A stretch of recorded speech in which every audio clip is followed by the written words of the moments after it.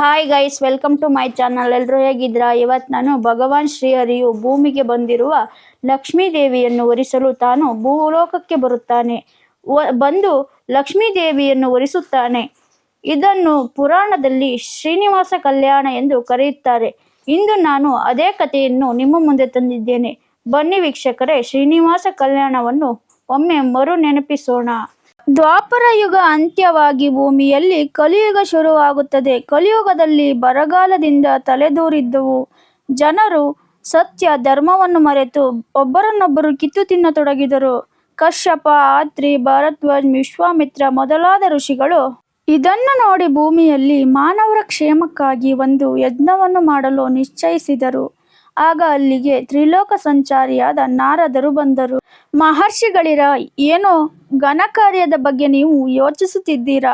ಯಾವುದು ಆ ಕಾರ್ಯ ಎಂದು ಮಾತಿಗೆ ಪೀಠಿಕೆ ಹಾಕಿದರು. ಅದಕ್ಕೆ ಋಷಿಗಳು, ಭೂಮಿಯಲ್ಲಿ ಕಲಿಯು ಕಾಲಿಟ್ಟಿರುವುದರಿಂದ ಎಲ್ಲೆಲ್ಲೂ ಅಶಾಂತಿ ತಲೆದೂರಿದೆ. ಮಾನವರು ವಿನಾಶದತ್ತ ಸಾಗುತ್ತಿದ್ದಾರೆ. ಅವರ ಒಳಿತಿಗಾಗಿ ಒಂದು ಯಜ್ಞವನ್ನು ಮಾಡಬೇಕೆಂದು ಯೋಚಿಸುತ್ತಿದ್ದೇವೆ ಎಂದರು. ಅದನ್ನು ಕೇಳಿ ನಾರದರು, ನೀವು ಮಾಡುವ ಯಜ್ಞದ ಹೆಸರೇನು? ಆ ಯಜ್ಞದಲ್ಲಿ ಅಗ್ರಪೂಜೆಯನ್ನು ಯಾರಿಗೆ ಸಲ್ಲಿಸುತ್ತೀರಾ?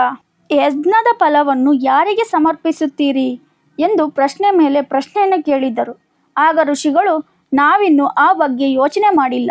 ಈ ಕಾರ್ಯದಲ್ಲಿ ನಮಗೆ ಸಹಕರಿಸಲು ಒಬ್ಬ ಶ್ರೇಷ್ಠ ವ್ಯಕ್ತಿಯನ್ನು ಹೆಸರನ್ನು ಸೂಚಿಸಿ ಎಂದು ನಾರದರಲ್ಲಿ ವಿನಂತಿಸಿಕೊಂಡರು. ಆಗ ನಾರದರು ಯೋಚಿಸಿ ಬ್ರಹ್ಮಪುತ್ರನಾದ ಭೃಗು ಮಹರ್ಷಿಯನ್ನು ಬರಮಾಡಿಕೊಂಡು ಅವನಲ್ಲಿ ಸಹಾಯ ಮಾಡಲು ಕೇಳಿಕೊಳ್ಳಿ ಎಂದು ಋಷಿಗಳಿಗೆ ಸಲಹೆಯನ್ನು ಕೊಟ್ಟರು. ಅದರಂತೆ ಋಷಿಗಳು ಭೃಗು ಮಹರ್ಷಿಯನ್ನು ಕರೆತರಲು ಉತ್ತಮನಾದ ಒಬ್ಬ ಮುನಿಯನ್ನು ಕಳುಹಿಸಿಕೊಟ್ಟರು. ತನ್ನ ತಪೋಬಲದಿಂದ ಭೃಗುವಿಗೆ ಅವನ ಪಾದದ ಹೆಬ್ಬೆರಳಿನಲ್ಲಿ ಒಂದು ಕಣ್ಣು ಮೂಡಿತ್ತು. ಮಹಾಜ್ಞಾನಿಯಾದ ಅವನು ಕೂತಿರುವ ಜಾಗದಿಂದಲೇ ಮೂರು ಲೋಕದ ವ್ಯವಹಾರವನ್ನು ತಿಳಿದುಕೊಳ್ಳಬಲ್ಲವನಾಗಿದ್ದನು. ತಾನು ಮಹಾನ್ ತಪಸ್ವಿ ಎಂಬ ಅಹಂಕಾರದಿಂದ ಮೆರೆಯುತ್ತಿದ್ದ ಅವನಿಗೆ ನಾರದರ ಸಲಹೆಯಂತೆ ಋಷಿಗಳು ಒಬ್ಬ ಮುನಿಯನ್ನು ತನ್ನ ಬಳಿಗೆ ಕಳಿಸಿರುವುದು ಗೊತ್ತಾಯಿತು.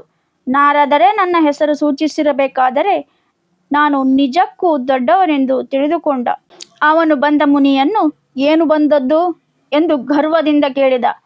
ಲೋಕ ಕಲ್ಯಾಣಕ್ಕಾಗಿ ಕಶ್ಯಪ, ಆತ್ರಿ, ಭಾರದ್ವಾಜ್, ವಿಶ್ವಾಮಿತ್ರ ಮೊದಲಾದ ಋಷಿಗಳು ಒಂದು ಯಜ್ಞವನ್ನು ಮಾಡಬೇಕೆಂದು ಸಂಕಲ್ಪಿಸಿದ್ದಾರೆ ಎಂದ. ಮುನಿ ನಾರದರ ಸಲಹೆಯಂತೆ ಅದರ ನೇತೃತ್ವವನ್ನು ನೀವು ಬಂದು ವಹಿಸಿಕೊಳ್ಳಬೇಕು ಎಂದು ಹೇಳಿದ.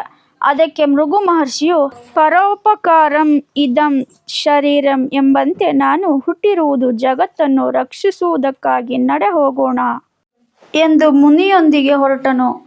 ಮೇಲೆ ತ್ರಿಮೂರ್ತಿಗಳು ಇದನ್ನು ನೋಡಿ ಮೃಗುವಿನ ಅಹಂಕಾರದ ಅವಸಾನವಾಗುವ ಕಾಲ ಸಮೀಪಿಸಿತು ಎಂದು ತಮ್ಮಲ್ಲಿ ಮಾತಾಡಿಕೊಂಡರು. ಮುನಿಯೊಂದಿಗೆ ಬಂದ ಭೃಗುವನ್ನು ಋಷಿಗಳು ಜೈಕಾರವನ್ನು ಕೂಗಿ ಸ್ವಾಗತಿಸಿದರು.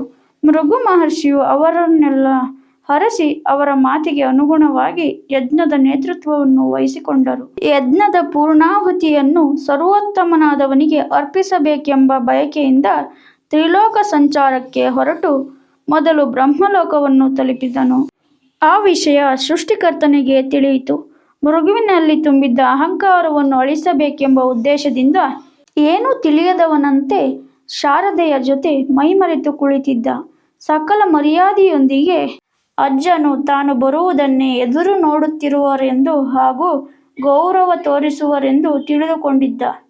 ಭೃಗುವಿಗೆ ಅದನ್ನು ಕಂಡು ಕೋಪ ಉಕ್ಕಿ ಬಂದಿತು. ರೋಷವೇಷದಿಂದ, ಎಲವೋ ಬ್ರಹ್ಮ, ನೀನು ನನ್ನ ಪಿತನಾದರೂ ಇಂದು ನಾನು ನಿನ್ನನ್ನು ಕ್ಷಮಿಸುವುದಿಲ್ಲ. ನಾನು ಬರುವುದನ್ನು ತಿಳಿದು ಹೆಂಡತಿಯೊಡನೆ ವಿಲಾಸದಲ್ಲಿ ಲೀಲನಾಗಿ ನನ್ನನ್ನು ತಾತ್ಸಾರ ಮಾಡುತ್ತಿರುವೆಯಾ? ನಿನ್ನನ್ನು ಇನ್ನು ಮುಂದೆ ಭೂಮಿಯಲ್ಲಿ ಯಾರು ಪೂಜಿಸದಿರಲಿ ಎಂದು ಶಾಪವನ್ನು ಕೊಟ್ಟು ಕೈಲಾಸದತ್ತ ಹೊರಟನು. ದಿವ್ಯ ದೃಷ್ಟಿಯುಳ್ಳ ಶಂಕರನು ಇದನ್ನೆಲ್ಲ ಕೈಲಾಸದಲ್ಲಿ ಕುಳಿತು ನೋಡುತ್ತಿದ್ದನು. ಭೃಗುವಿನಲ್ಲಿ ತುಂಬಿಕೊಂಡಿರುವ ಗರ್ವವನ್ನು ಮುರಿಯಬೇಕೆಂಬ ಕಾರಣದಿಂದ ಏನು ತಿಳಿಯದವನಂತೆ ತಾನು ಪಾರ್ವತಿಯೊಂದಿಗೆ ಸರಸ ಸಲ್ಲಾಪದಲ್ಲಿ ತಲ್ಲೀನನಾದ.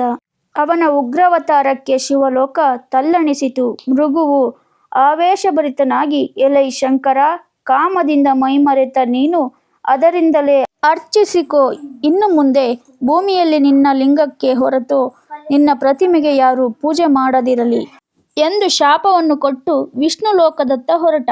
ಅದನ್ನರಿತ ಜಗನ್ನಾಟಕ ಸೂತ್ರಧಾರಿಯಾದ ಶ್ರೀಹರಿಯು ಭೃಗುವಿಗೆ ಬುದ್ಧಿ ಕಲಿಸಬೇಕೆಂದುಕೊಂಡು ಆದಿಶೇಷನ ಮೇಲೆ ಮೈಮರೆತು ಮಲಗಿದನು. ಹರಿಗೆ ಆಯಾಸವಾಗಿರಬೇಕೆಂದುಕೊಂಡು ಮಹಾಲಕ್ಷ್ಮಿ ಅವನ ಪಾದಗಳನ್ನೊತ್ತುತ್ತಾ ಅವನ ಸೇವೆಯಲ್ಲಿ ನಿರತಳಾದಳು. ಬಿರುಗಾಳಿಯಂತೆ ಅಲ್ಲಿಗೆ ಬಂದ ಭೃಗು ಶ್ರೀಹರಿಯು ನಿದ್ದೆ ಮಾಡುತ್ತಿರುವುದನ್ನು ಕಂಡು ಆತನ ಎದೆಯ ಭಾಗಕ್ಕೆ ಕೋಪದಿಂದ ಒದ್ದನು. ಎಚ್ಚರಗೊಂಡ ಭಗವಂತನು ಕೋಪಗೊಳ್ಳದೆ ತನ್ನನ್ನು ಒದೆದ ಮುನಿಯ ಪಾದಗಳಿಗೆ ನಮಸ್ಕರಿಸಿ, ಈ ಪಾದಗಳಿಗೆ ನನ್ನನ್ನು ಒದ್ದಿರುವುದರಿಂದ ಎಷ್ಟು ನೋವಾಯಿತೋ ಎಂದು ಅವುಗಳನ್ನು ಒತ್ತತೊಡಗಿದನು. ಆಗ ಅದನ್ನು ಕಂಡು ಕೋಪಿಸಿಕೊಂಡು ಮಹಾಲಕ್ಷ್ಮಿಯು ಅಲ್ಲಿ ಒಂದು ಕ್ಷಣವೂ ನಿಲ್ಲದೆ ಭೂಲೋಕದತ್ತ ಪ್ರಯಾಣ ಬೆಳೆಸಿದಳು. ಭೂಲೋಕಕ್ಕೆ ಬಂದು ಕೊಲ್ಲಾಪುರದಲ್ಲಿ ನೆಲೆಸಿದಳು. ಶ್ರೀಹರಿಯು ಮುನಿಯನ್ನು ಉನ್ನತವಾದ ಪೀಠದಲ್ಲಿ ಕೂರಿಸಿ ಅವನ ಪಾದಗಳನ್ನು ಬಂಗಾರದ ತಟ್ಟೆಯಲ್ಲಿಟ್ಟು ತೊಳೆದು ಅವುಗಳನ್ನು ಗಂಧ ಪುಷ್ಪಗಳಿಂದ ಪೂಜಿಸಿ ಮುನಿಯನ್ನು ಮೈಮರೆಯುವಂತೆ ಮಾಡಿದ.